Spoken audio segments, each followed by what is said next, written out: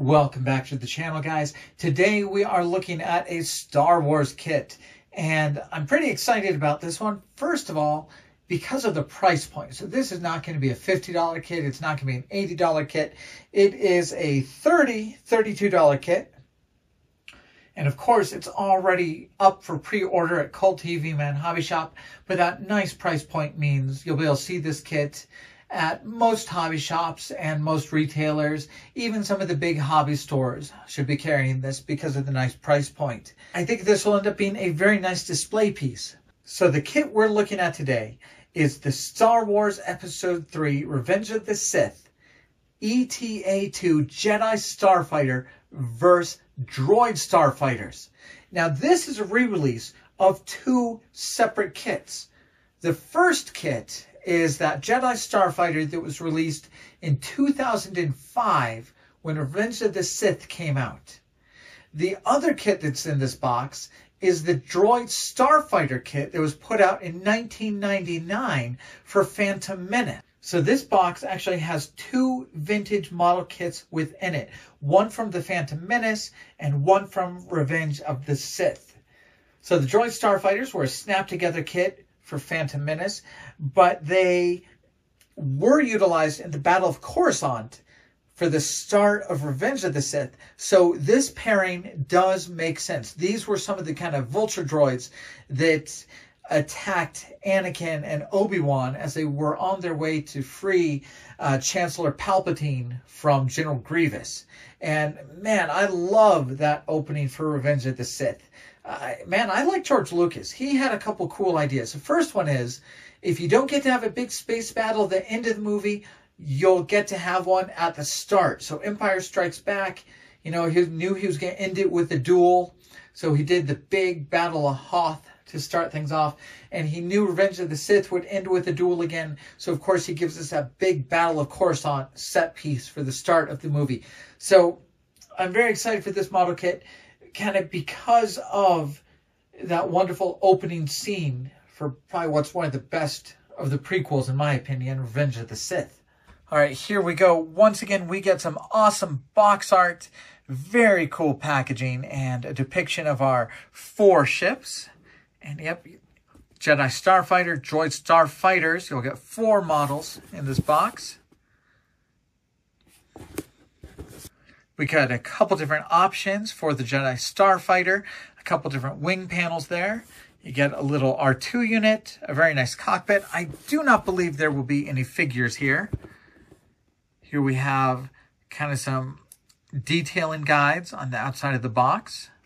And our Jedi Starfighter will be 7 inches long. Each Droid Starfighter is 3 inches long and 2 display bases included because, of course, these were 2 different model kits at one point. All right, let's get a look inside. Well, you know, on the box, more kind of marking guides. Okay, so we get an Anakin paint guide, an Obi-Wan paint guide, and I'm not sure who this is. Probably somebody from Clone Wars. Okay, Tamaya paint colors for the droids for each version. Yeah. Very nice. I like getting the full color pictures there.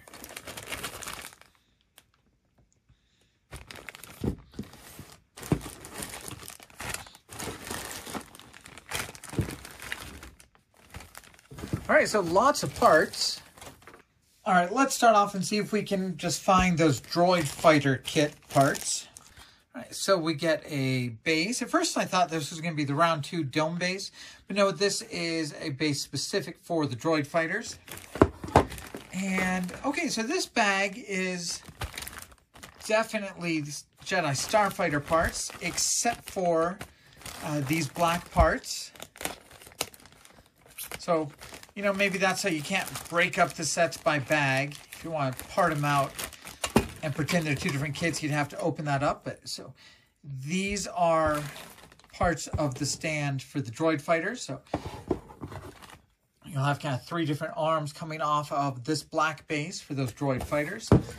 And this bag is the Droid Fighters themselves.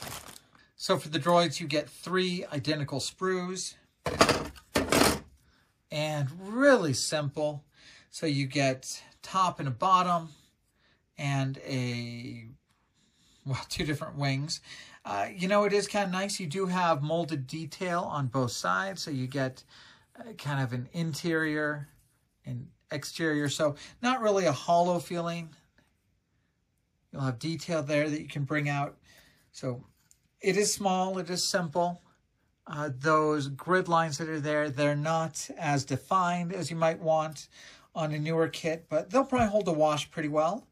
So yeah, you know, that's not going to be too hard. You're going to paint it silver. I would use a wash to bring out the accent lines and mount it to the base. So very simple display piece here. I wonder how much this sold for in 1999. Was it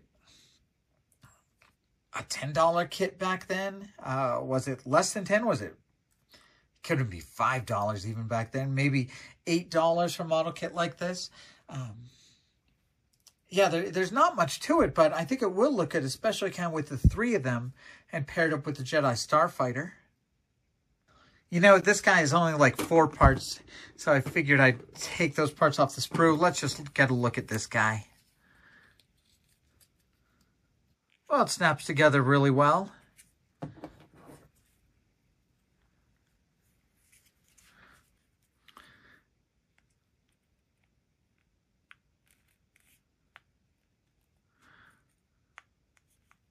All right, so you just snap the top and bottom together, and then the wing kind of snaps on to hold those two parts together.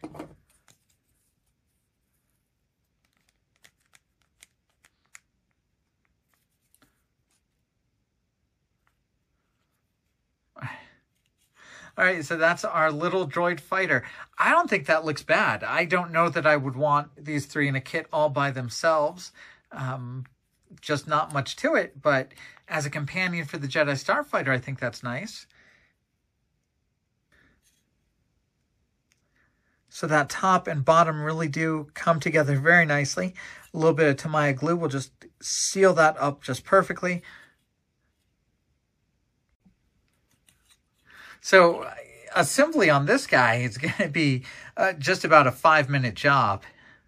So here's a look at that one little simple droid starfighter on its base. Of course, we'll put 2 more on that base as we kind of build this project for real. But, you know, I kind of like that. Like I said, it wouldn't be great on its own, but I think very nice with the Jedi Starfighter. All right, now we get to kind of the meat of the kit. And what would this kit be? Probably $15 back in 2005. I'd imagine that would be about what it would be if it didn't hit $20.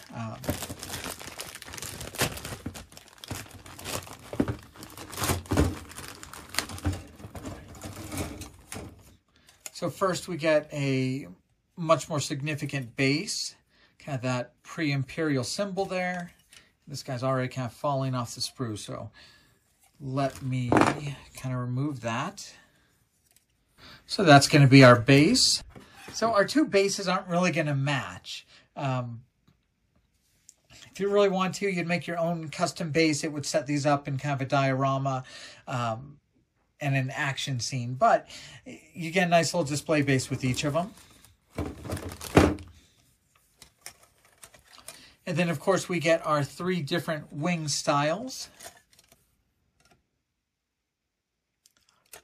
Very nicely molded. The ones that have grid lines, they're well done. The insides have, you know, that's not great. You get kind of some of these little ejector pin divots right on that very well detailed grid there for the inside of the solar panels. But I think with a little bit of paint, you probably won't notice them.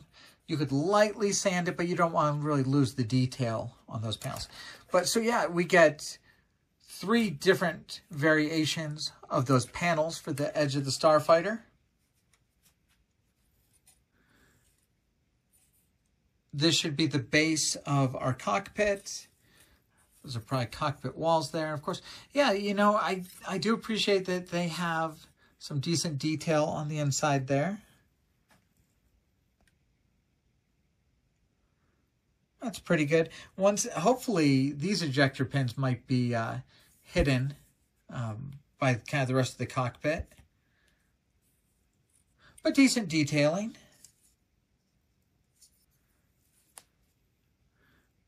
I believe that should be the back of the cockpit. Here is your R2 unit.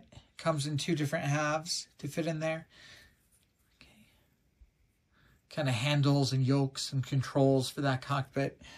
There are some of the guns.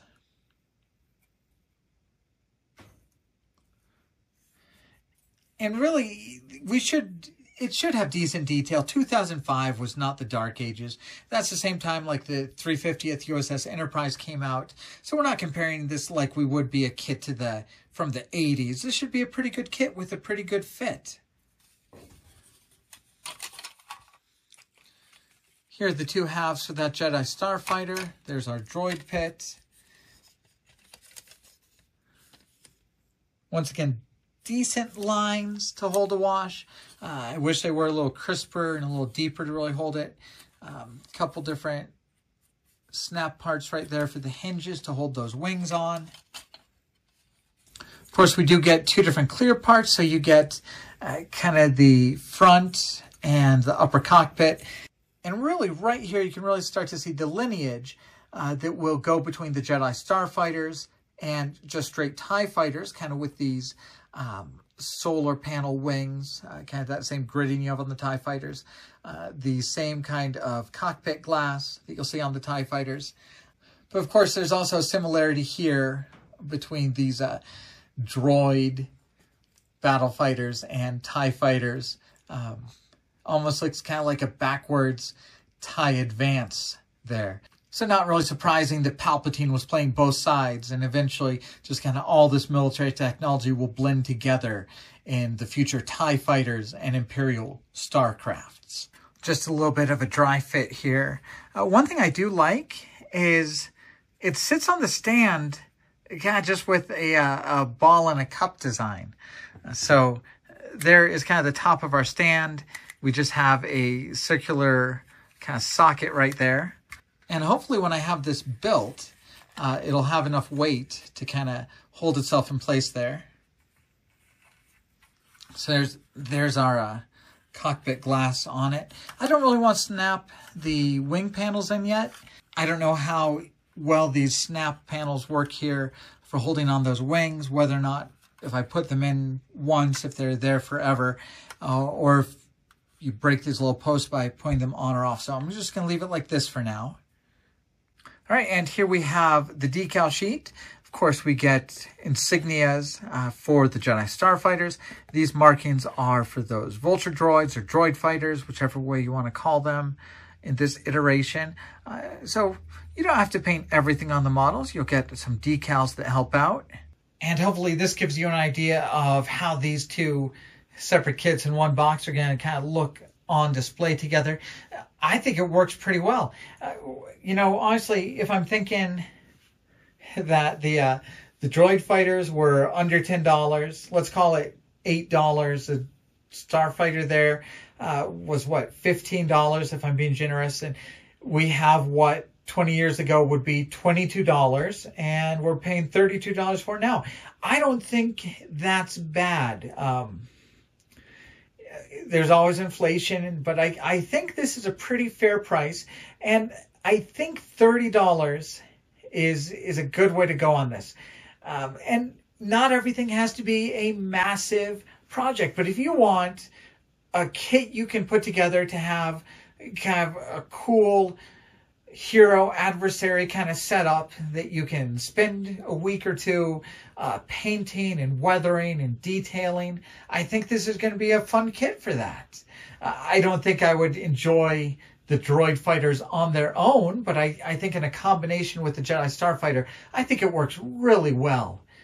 So I'm excited to actually kind of put these together, the Starfighter, since now my droids are already together.